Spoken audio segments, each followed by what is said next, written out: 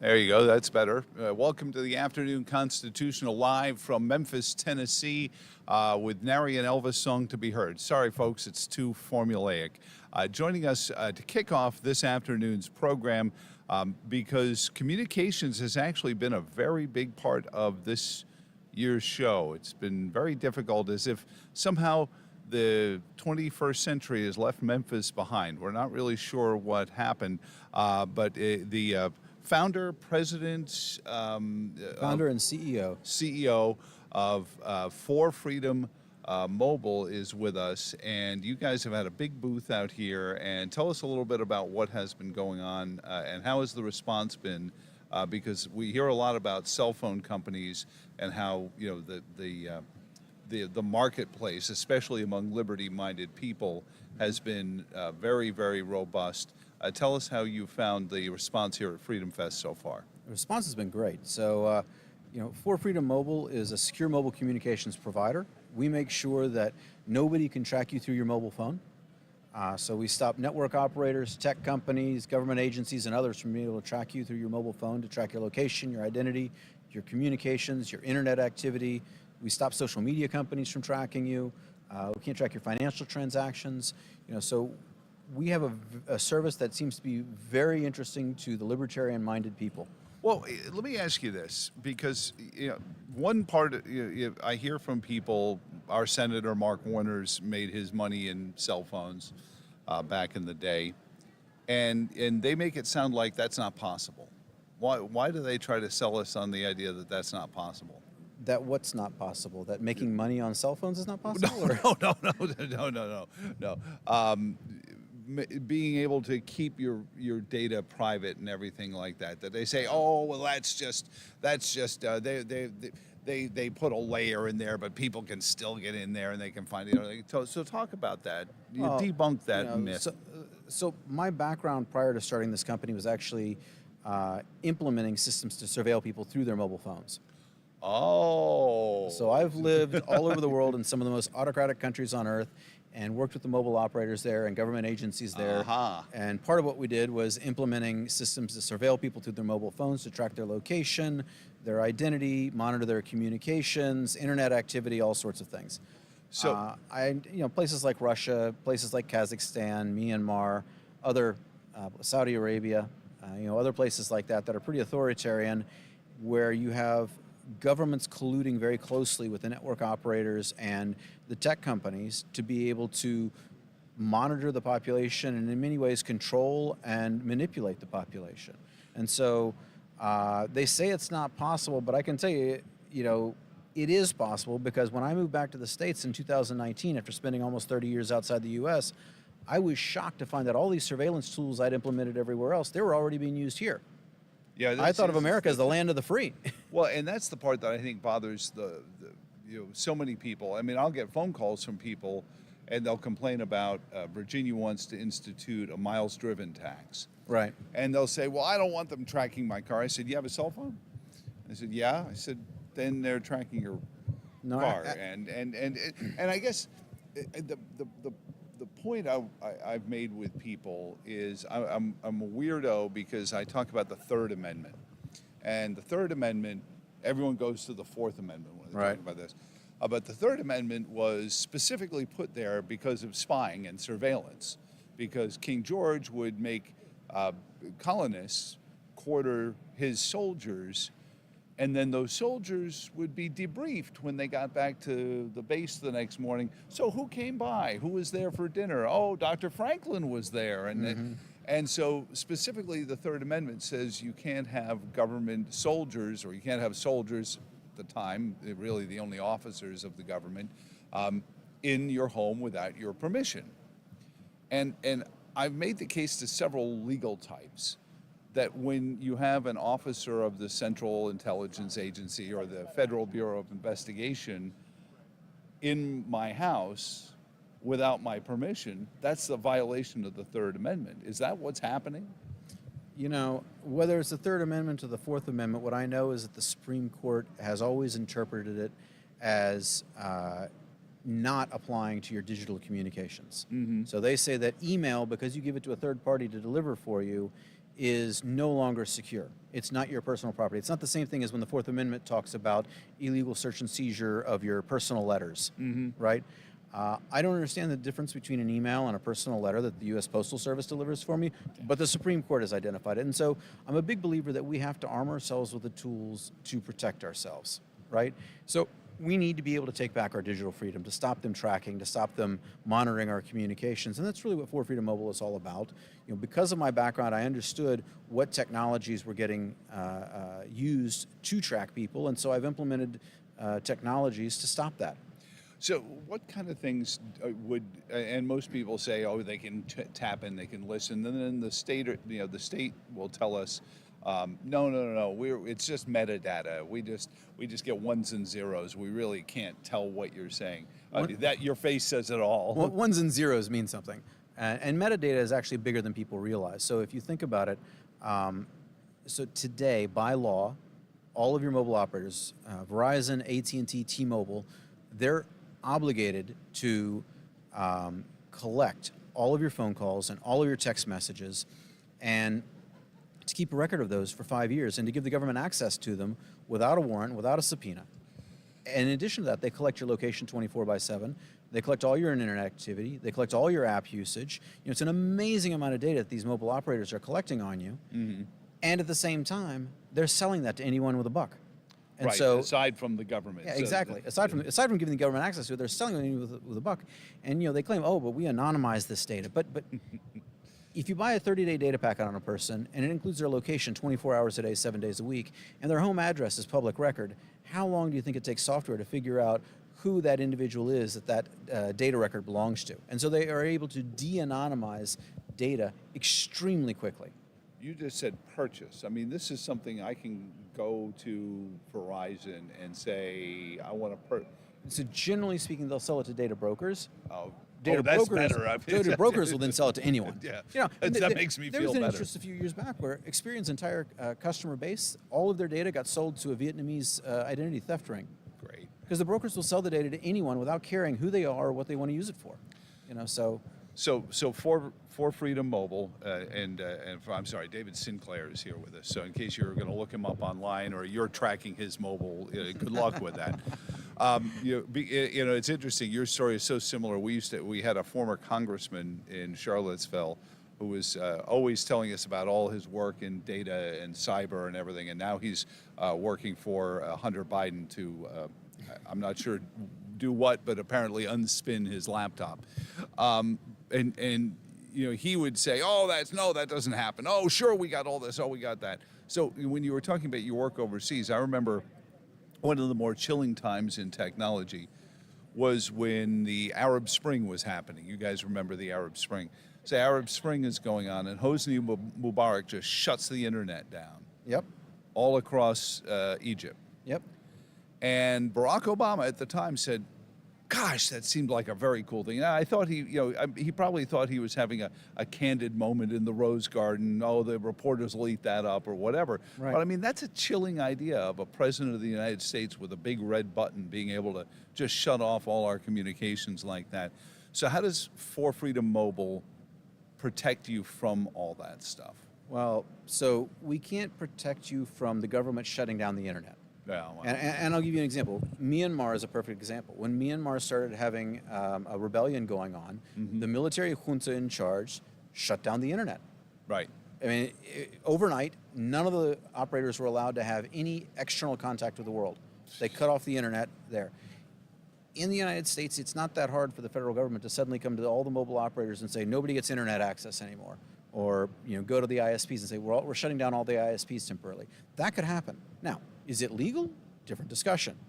But how long is it going to take for you to get file a lawsuit and get a judge to decide that that's illegal and all that kind of stuff? Pay the lawyers and everything. Exactly. So what we protect you against, though, is having your data collected. So what happens today is when your cell phone registers on a network, it says, "Hi there, I'm Joe Thomas. Here's my phone number, 123-456," right? And that network operator is collecting all of your data that we talked about earlier, all your calls and messages, internet activity, app usage, location, everything. When our SIM card registers on a network, it says, "Hi, I'm a SIM card. Give me access to unlimited data. And here's my password, or whatever. Whatever security code it needs to give, it gives a security code." But the point is, it doesn't give the network any identifying information. So the network doesn't know whose phone that is, because we don't actually have our phone numbers tied to our SIM cards, because we are a data-only service. Okay. We do all of your communications through software. So it's a SIM card plus an app that goes on your phone. You have your phone numbers, you use that to log into the app, but then you can make phone calls to anybody, whether they're subscribers of ours or not. You can call any phone in the world. We have free international calling built into our plan, as well as free international roaming. So you can call anyone in the world, you can go anywhere in the world, and you're going to be able to communicate, and the network operator is not going to know who you are on their network. So all that being said, how's the service? I mean, So everyone here has been struggling mightily with the cell service in Memphis. just those people that use Verizon. So AT&T and T-Mobile has been working quite well. I have a hotspot. You want to trade? So I'll tell you, we have. And actually, it's not so hot. It's kind of cold right now. Spot. So aren't you glad you paid for that? I will tell you that Extra. we have agreements in place with over 800 network operators around the world.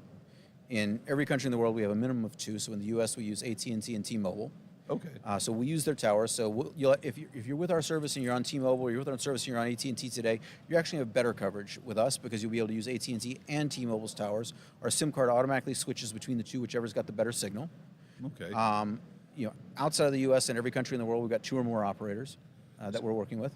So people have told me that, and again, you're the tech guy. I didn't realize, and when I said, "Oh, I want to talk to this guy," he does cell phones, cellular communications. I wanted to talk to you, but I didn't realize you had this whole background in James Bond land. Don't know about James Bond land, but okay. So people have told me that if you're using AT&T or T-Mobile's network, they know all the stuff anyway, and they're just going to sell it anyway. So out from under you. What makes us different, if you take a Patriot Mobile or a Mint Mobile or any of these what they call virtual operators that are just basically marketing engines, they're buying phone numbers and SIM cards from AT&T or T-Mobile, and they're selling them under their brand. All of the call connection, all of the message delivery, all that is done by AT&T or T-Mobile's core network. What we did that's different is we implemented our own secure core network. So we're actually using our own phone numbers. We are actually delivering the phone calls and the messages ourselves. That's the software that goes with the SIM card. It's a part of this. So it's the application connects you to our core network. And so what happens is when the signal goes from your phone to the tower, A, it's encrypted, and then B, when it gets to the tower, there's a traffic cop there that says, it's a switch, and it says, "Oh, okay, this goes to For Freedom," and it sends it back to our core network, not to AT&T's core network. But even if by some reason that packet switch accidentally sent packets of your data to the AT&T core network, the AT&T core network can't read anything but the address header saying where it's supposed to go, because everything else is all encrypted.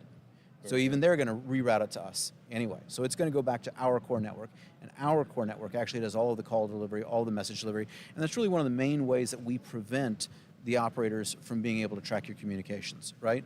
Now, it is true that AT&T can tell you the location of every single SIM card that they have on their network, but AT&T, let's say, has 100 million subscribers, right? They've probably got 10 times that many dumb SIM cards on their network, which are data-only SIM cards on their network, because they're everywhere. They're in everything. Your home alarm system's got one. The Internet of Things. Exactly, Yeah. Internet of Things SIM cards, exactly. And that's what we're using. And so when AT&T sees your SIM card, they think, "Oh, this is just another IoT SIM card." This is just another dumb data-only machine-to-machine SIM card. That's a smart guy And right so there. we're essentially hiding in plain sight. And Because there's no phone number associated with it, they say, oh, that's not a person. And because I did this, and I'm not technically adept, all the gray hair should be a giveaway for it. Make sure you type 4, the number 4, Freedom, because I guess there's a Freedom Mobile as well. There is a Freedom Mobile, don't get yeah. confused. Freedom Mobile is a Canadian company that's owned by AT&T. But yeah, there is a 4 Freedom Mobile, the number 4, Look freedommobile.com. at the logo right there, and get it. So how do they sign up for it? What do they have to do? So you go out to our website, and one of the great things about our service is we don't want to know who you are either. We are ignorant by design. So they just need to type in an email address. I'm sorry. Most people think that of this show. So Yeah, we are intentionally ignorant of who you are. We don't want to know who you are. We don't want to collect your location. We don't want to collect anything. So you sign up with an email address. You get issued an anonymous phone number. You can also port in your existing phone number if you want. so you don't even have to lose your phone number. No, you can bring in your phone number and use that on our service also. Okay. But what happens, though, is we have a third party that collects your payment information. We don't want to know who you are. We never collect your identity. We never collect your location. We never collect your communications. We don't want to know anything, right? And so just to go out to our website, use an email address. You're going to have to use a credit or debit card to pay for the service, and then you sign up for a subscription. And for $19.99 a month, you can get unlimited talk, text, and high-speed data. So the Intel guy, I have to ask this because I think people want to know innovation, because if you build the better mousetrap, the mice are going to start catching on. So let's say everyone in America starts switching to 4 Freedom Right. Mobile, and somebody in Langley says, where did everyone go? And they start trying to figure out, what happened. So I will tell you, I think Langley would be more likely to say, hey, we need to switch over to that service for our field agents. Now, the FBI might say, where did everybody Okay, go? all right. I had the Intel services wrong. But the CIA is probably going to like what we're doing. So that's my guess. All right, but all right. So the FBI says, where did everyone go? What do they do then? I mean, how do you firewall that out? Well, I will tell you, a part of our belief, why are we ignorant by design? Why do we not collect any data? I firmly believe that A, the government's going to demand to look at our servers at some point, and B, we're going to get hacked at some point. And so we have no data on our servers for people to collect. So we have already dealt with U.S. attorneys and the FBI issuing us subpoenas for, hey, we want to know everything about this phone number. Give us a record, all of their calls, all their messages, all their location, everything. And we said, come look at our servers. I can tell you this phone number is associated with this email address, and they have this subscription that they signed up for on this date, and they're current in their payments. That's all I can tell you. I don't have their payment method. I don't have their name. I don't know their location. I don't have any communications history. And the FBI and the U.S. attorneys have walked away and said, okay, yeah, we can't, there's nothing for us to collect here. So they can subpoena until they're blue in the face. Exactly. They know they can subpoena until they're blue in the face, but they also know they don't have anything else. So, after you get your first few subpoenas from these guys, they recognize that, okay, there's nothing they can collect here. Okay. That's And so it's a clear barrier to the government taking your data. So it's 4freedommobile.com, or should That's we right. go through like the Google Play Store, iTunes? No, go straight to our website. So if you put an app out on Google Play Store, they make you put tracking software in it. So you're not going to find our app on the Google Play Store. Okay. You will find it on the iOS App Store, but not on the Google Play Store. If you want to get the Android version, you got to download it from our site directly. Okay. So, well, but it's 4freedommobile.com, the number 4, freedommobile.com. Well, I appreciate it, Dave. Hey, It's good to meet you. thank you very And, much. Nice to thank meet you, too. For what you're doing. For one guy, he escaped the machine, and see if anyone remembers The Prisoner. There's no big white bubble chasing him, as far as I can. Not yet.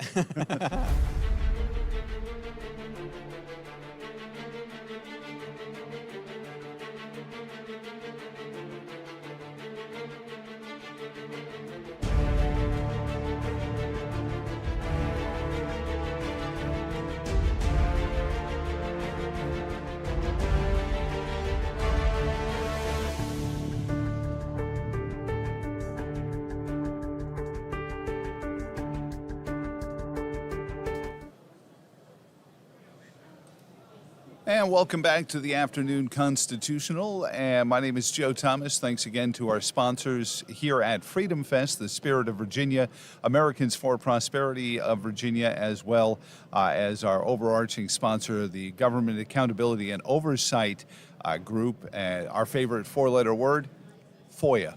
Come on, say it. You know, I've had to say it so many times.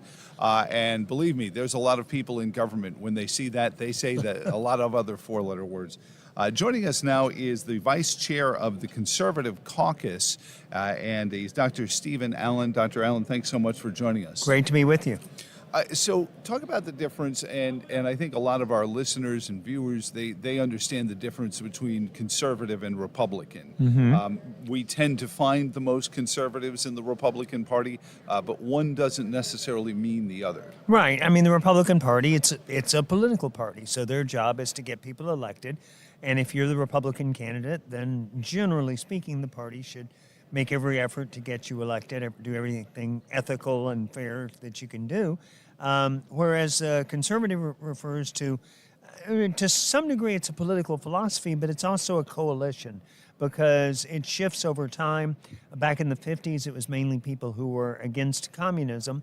So you had people who maybe disagreed on certain things. William Buckley, the founder of the conservative movement, wrote back then about how you had some conservatives who wanted to invade Russia tomorrow and others who believed that if we just kept them from expanding, that eventually they'd collapse, and that there was that split even then. And then over time on various issues, conservatism has evolved.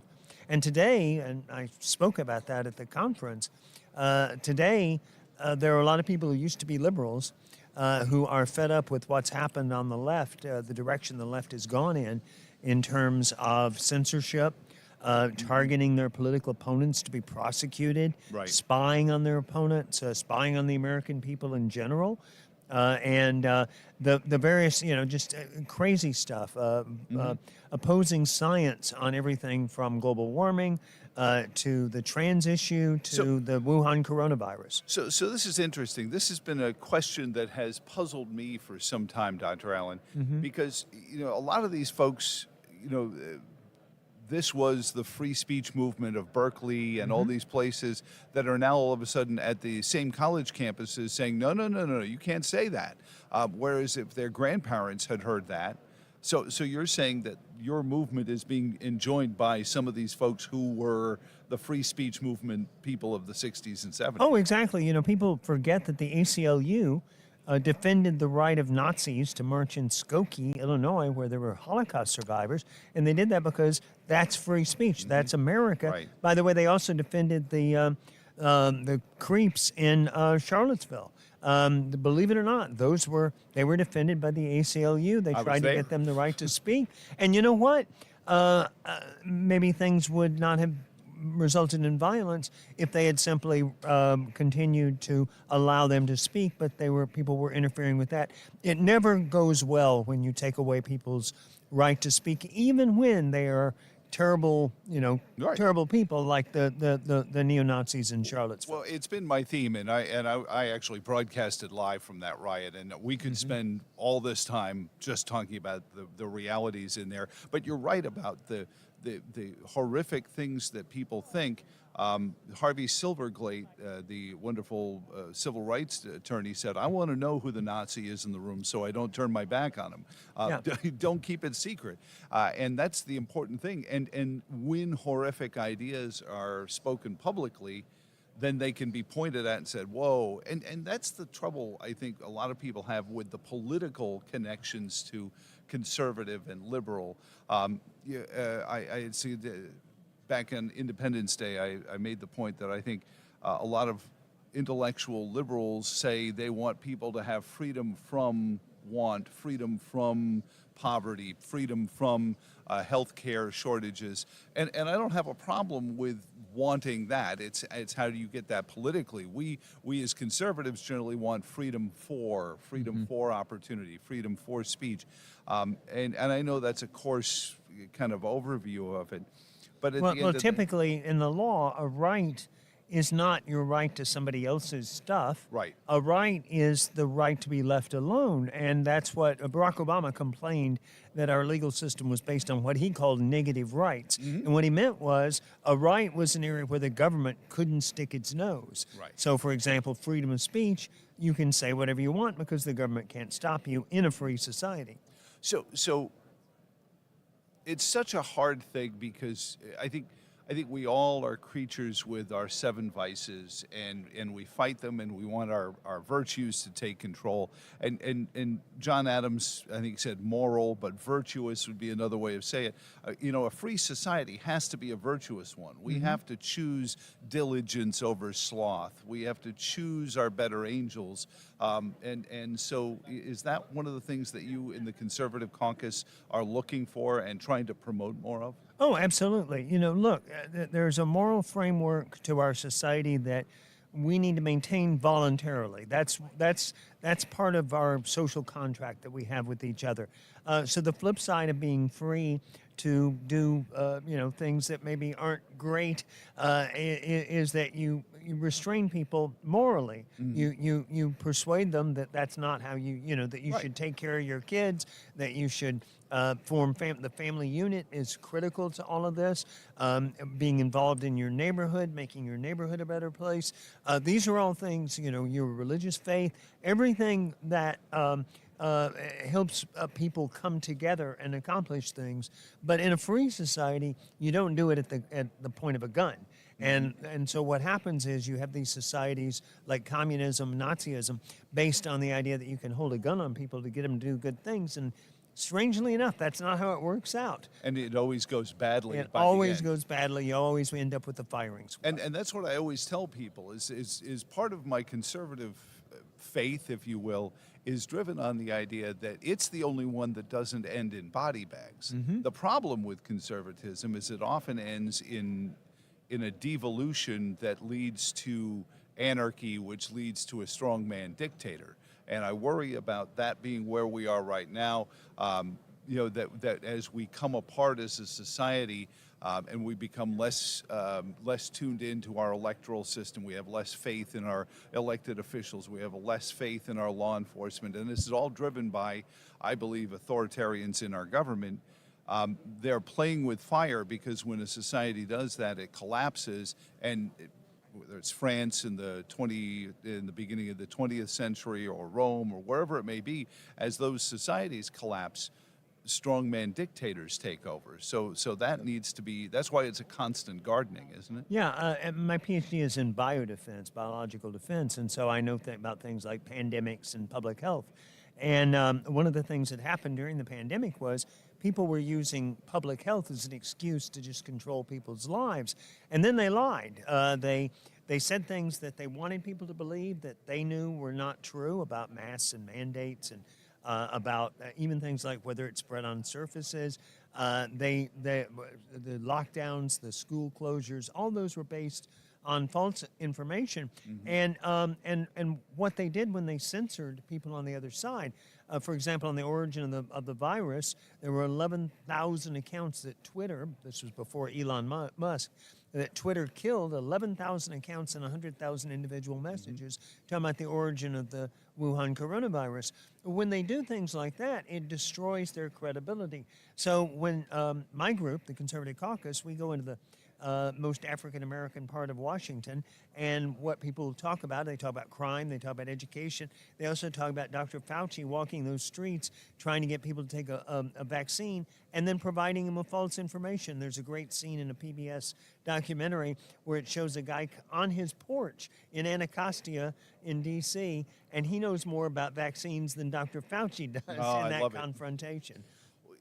And you talked about building this coalition, the Conservative Caucus. I can see both what we're learning, and I still believe, and I think the last time we spoke was at CPAC, we talked about the bioweapons and the way the novel coronavirus was manipulated, used to gain authority over us, gain complicity from us, but also so that little by little revelations as they go on, but also the moms movement, the parents who heard Terry McAuliffe say boldly and repeatedly, no, parents don't have any role in their kids. Is that really kind of the fertile soil the Conservative Caucus is growing in? I have to tell you, I received a message, I won't say who it is, but a 13-year-old contacted me and said, they're indoctrinating us in the school about pronouns, about trans ideology, And this is nonsense, and it is nonsense. There's no scientific basis for the idea that a 2-year-old boy is really a girl or vice versa. It's just made up, and so you have a situation where the kids are being indoctrinated in the schools, and a lot of them know it, but they can't say anything. They don't want to get their teachers But mad. a 13-year-old knows they're being But a indoctrinated. 13-year-old knows. God Yeah, bless 'em. yeah. The mouths of babes, as they say. Yeah, exactly. And look, when I was a kid, I was indoctrinated. I grew up in Alabama. I was indoctrinated when I was in the 4th grade about how great white supremacy is and how you should never vote for a Republican because then if you vote for Republicans, they'll let black people take over the state. And so, and I talk to my lefty friends and they go, well, teachers and librarians should be able to push anything they want. I said, well, what about when I was a kid and they were pushing white supremacy? And they just go silent because they don't get the concept that you shouldn't be allowed to do that in the first place, no matter what your views are. Especially when our kids are doing so badly in education. Wow. Yeah, I mean, Yeah. the Pew Research Group just said we're 40th in, I think, English and 36th in math globally. And we used to be top 5. I mean, we didn't always get number 1, but we were always in the top 5 until maybe the last 10 years, and we've been plummeting. I mean, if we were a record, the record company would be calling the artist saying, we need a new single. This one's, nobody's buying it anymore. One of the things we're doing is we're encouraging teachers to stand up to the unions like AFT and NEA that have done so much to destroy public education in this country. The teachers need to be, because I don't want to be against teachers. I love teachers. They're important in my life. No, absolutely. The teachers, please contact us at the Conservative Caucus because we're organizing teachers to stand up to these unions and try to get control of public education back. You mean the unions that keep telling them, vote for us, give us leadership and stay Right. poor? They're just political organizations, and again, when I was a kid in our state legislature, the head of the union, the Alabama Education Association, so-called, it would sit up in the gallery of the House and give a thumbs up or thumbs down to all the legislators telling them how to vote. I love it when they're bold enough for that. So, Dr. Allen, talk about the Commonwealth of Virginia. Are you afoot there? Do you have places, hotbeds?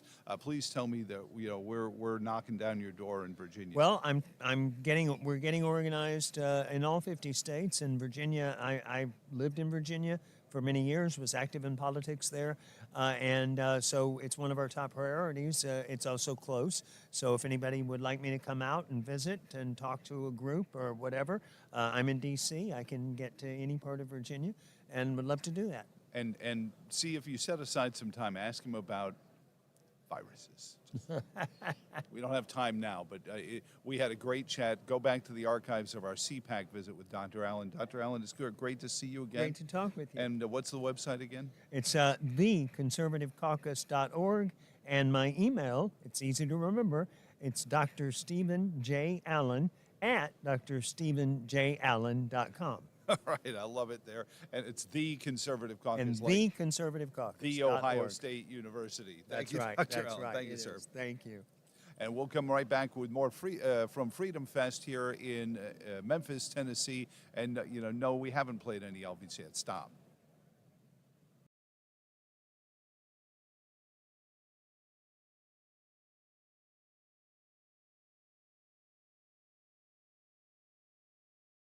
And we are back at Freedom Fest. Joe Thomas here and joined with Colin Ritter. Colin is with EdChoice. EdChoice is actually one of the big sponsors of Freedom Fest and should be because they were founded by this guy, Milton Friedman.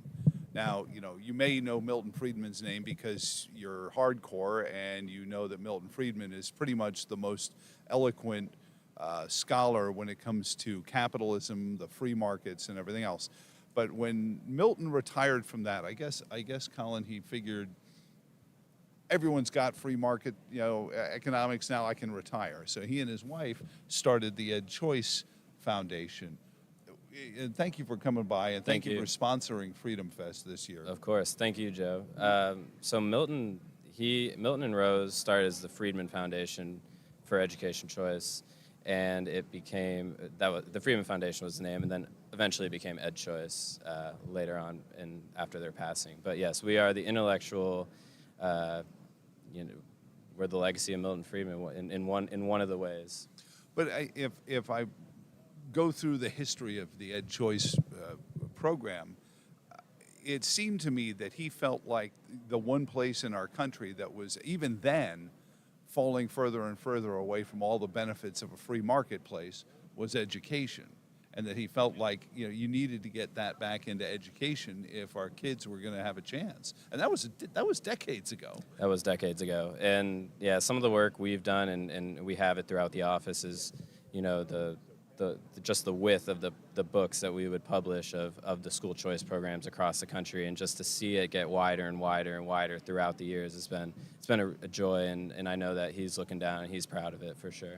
I mean, who knew that the gift that keeps on giving in the world of Ed Choice is our former governor, Terry McAuliffe. But ever since then, and the COVID lockdowns, these have been some, I'm sure, very busy years for membership at Ed Choice and inquiries and people saying, well, what can I do?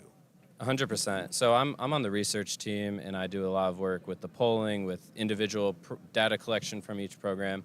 And it has absolutely been a busy couple of years in a good way. You know, this is, we would much rather have a lot more work to do than little these years. But it has become, people have become open to the fact that parents need options in their children's educations. That's not a radical idea. Let's make it a reality for more parents across the country. In the last couple of years, states have, to their credit, have done so. And it's kind of sad that we have to point out that it's not a radical idea. Sad is a word I'd use. Yeah, you know, but we're moving in the right direction, and that is the thing to focus on. Not to look back and say, look at where we've started. I mean, that is key too, but yeah. It's good to see that. Well, and the boogeymen people will come out and they'll try to scare people away from Ed Choice. You know, real money follows the child school choice.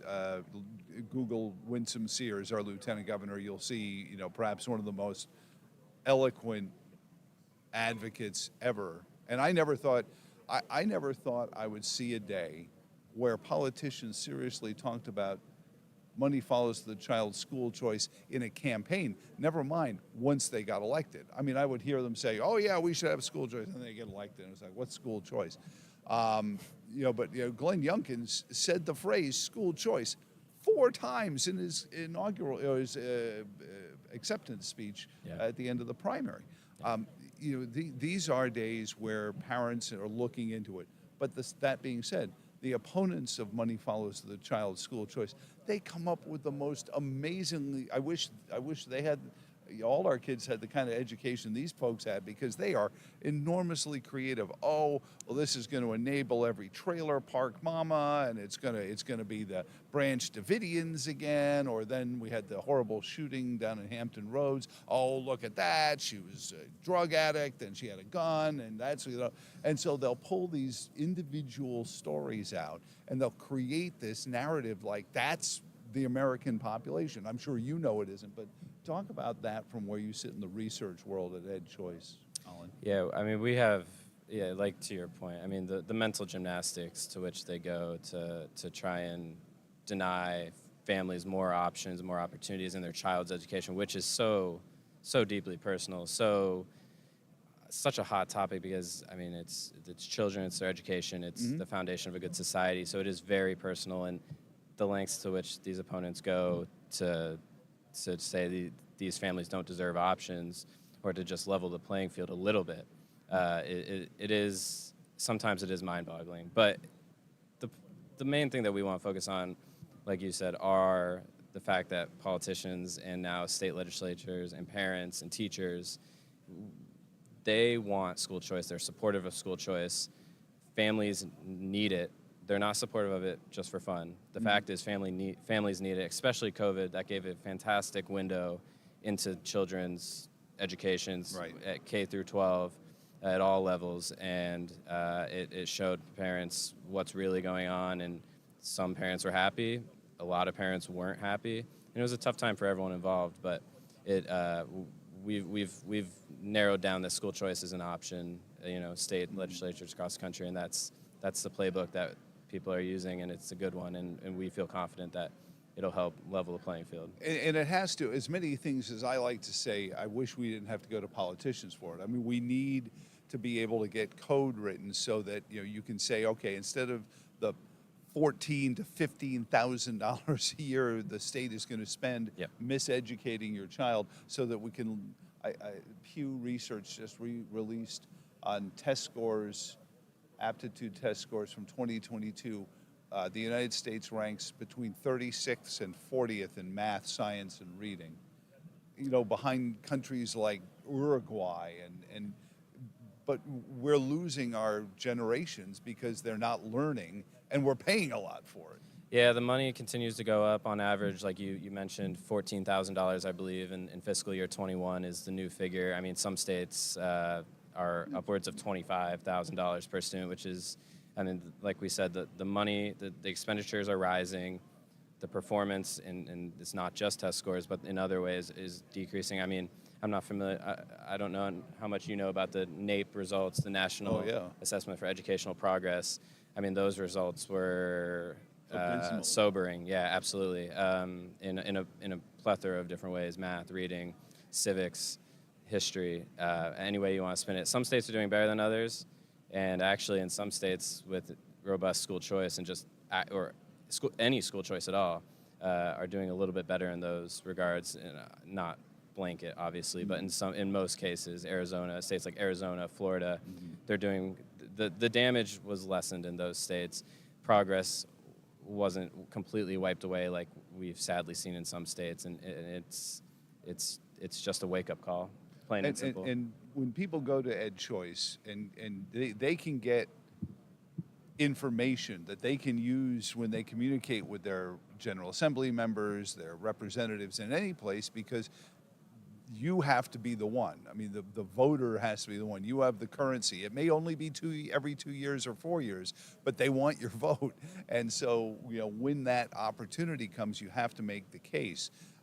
And state by state, Virginia, we fumbled the ball because a lot of Republicans didn't want the school choice. They wanted to stay with what we had, which isn't school choice, but they call it. So we need to keep working on it, don't we? Yeah, to quote our CEO, Robert Enlow, educational freedom is a human right. It's not blue or red or independent. It is a human right. And we see school choice programs under attack from blue legislators, red legislators. The fact is, parents need school choice. And EdChoice, our website, we have fantastic research on current day programs, on trends from the past. We have polling of teachers, parents, teens, which is one of my favorite. The teens polling always has fascinating headlines and findings. We have state-specific polling on our website. So if you're interested in what's happening, how parents feel in your state, how the general population feels in your state about things like hybrid schooling, school choice policies. We have a wide range of topics that we poll, and we use Morning Consult, who's a very reputable and great partner. And I'm very proud of the work we do. And actually, in the next couple of weeks, we'll be releasing our new 2023 Schooling in America survey, which is a national poll. And last year we we have grandfathered in questions about choice, about what do you know about it? Yeah, parent satisfaction, things like that. But then last year we focused really on fiscal, so some of the things we've talked about. We asked parents to estimate how much is spent in their public schools in their state. Most of the time they're underestimating. I think it's about 3 in 4 parents underestimate how much is spent. And many people, you're not going to find. You look at the school and you say, well, how much could they be spending on that? Yeah, that, and also school finance, K-12 finance is not a very, popular topic. Yeah, it's also not very easy to understand. Like, we're lucky to have some gurus on our team like Marty Lucan who can really make it easy for us regular people to understand. But the truth is, and also to finish the thought, for our 2023 Schooling in America survey, we're focusing on school safety and things within the school. And I think there are some really good findings coming out of that will be released in the next couple of weeks. We're thinking end of July, early August. So it's a really exciting time from our polling, but also from school choice as a whole in terms of program expansion and things like that. Our home state is Virginia. We're sponsored by Spirit of Virginia. The Spirit of Virginia folks have, started a campaign to get people out to vote, but you have to make sure that the people you're going to be voting for support money follows the child school choice. They don't want to keep the status quo of the scholarship plan. If they say scholarship plan, the Democrats not going to vote for school choice, although I wish. I mean, we had, and this is what breaks my heart. So we had one of the great advocates for school choice from the Democratic Party, Chap Peterson, one of our state senators, and he lost in a primary. Why? Because he voted to take masks off of kids in schools, and that's how unhinged the world has become. Last words, Colin, to help get people steeled for this, because we start voting in Virginia on September 22nd. Yeah, it's coming up. I mean, the biggest takeaway for me, and that I really try to hammer down is the fact that school choice support is bipartisan. You can find it like every polling we do, monthly polling, we poll based on political party. Sometimes, especially with ESAs, education savings accounts, Democrats support those more than Republicans. Granted, support is still 3 and 4. It's very high. People support school choice. It is not a red or blue issue. It is extremely bipartisan. I'm not totally sure how that gets lost. Not sure why people don't know that's a thing, but it's the truth. You don't know, I don't either. No, it's the truth, and we have months and years of data showing that, and eventually it'll become table talk. It'll become mainstream, and that day will be nice. But until then, we just need to keep telling people that this is not a red or white issue. This is a human issue. Freedom is a human right, especially when it comes to K-12 schools. And we hear this a lot. I wanted to pick up on that. You had said it earlier, Colin. We hear a lot of people saying housing is a human right, income is a human right. Access to education goes all the way back to the Enlightenment. It was one of the reasons that Jefferson, when he helped craft the Virginia Constitution, ingrained in it access, not a particular kind of education, but that every child in the Commonwealth of Virginia would have access to education, and that's what this is. I know they point to the Virginia Act for Religious Freedom. We've finally blown that up with, I hate to say, because Medicaid is another thing that but because the government gives Medicaid money to people who might give their money to somebody parochial, the same is true with school funding.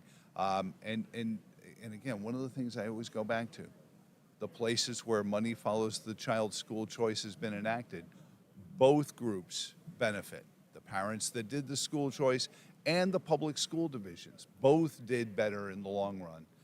And that's the kind of stuff you learn at Ed Choice. 100%. I'm giving a talk tomorrow about the 1, 2, 3s of school choice, and we talk about public school students' test scores. So when a state enacts private school choice and children use the choice, how does that affect the public school students' test scores and the students that remain in public schools? And the truth is, and the research shows, that they have as good effects 90% of the time. The benefit is there for both groups. Colin, thank you so much for coming by. Thank you, Joe. Appreciate it. And here's the marching order. So we're going to win the school choice issue and bring Milton Friedman's second life back, so then we can go back and get free market capitalism. So all you guys at Ed Choice, once we get school choice nationwide, you all have to come to work for the Bring Back Free Market Capitalism. I'll let them know. I'll walk in there and I'll tell my boss what's up. Yeah, so we're not there yet. I don't think we see the light at the end of the tunnel. But thank you so much. Hey, I thank you, Joe. I appreciate it. We'll be back with more from Freedomfest tomorrow. So thank you for tuning in and following us. Don't forget govoversight.org. Our favorite 4-letter word is FOIA. We find out what's going on behind the closed doors, especially at places like public school divisions. govoversight.org. Help us out. $5, a cup of, I've heard that in several fundraising speeches here. It's a cup of coffee a day, unless you're like me, and then it's 5 cups of coffee a day. But I drink the cheap stuff. So anyway, until tomorrow, thank you for being there, and so long, and thanks for all the fish. Yeah.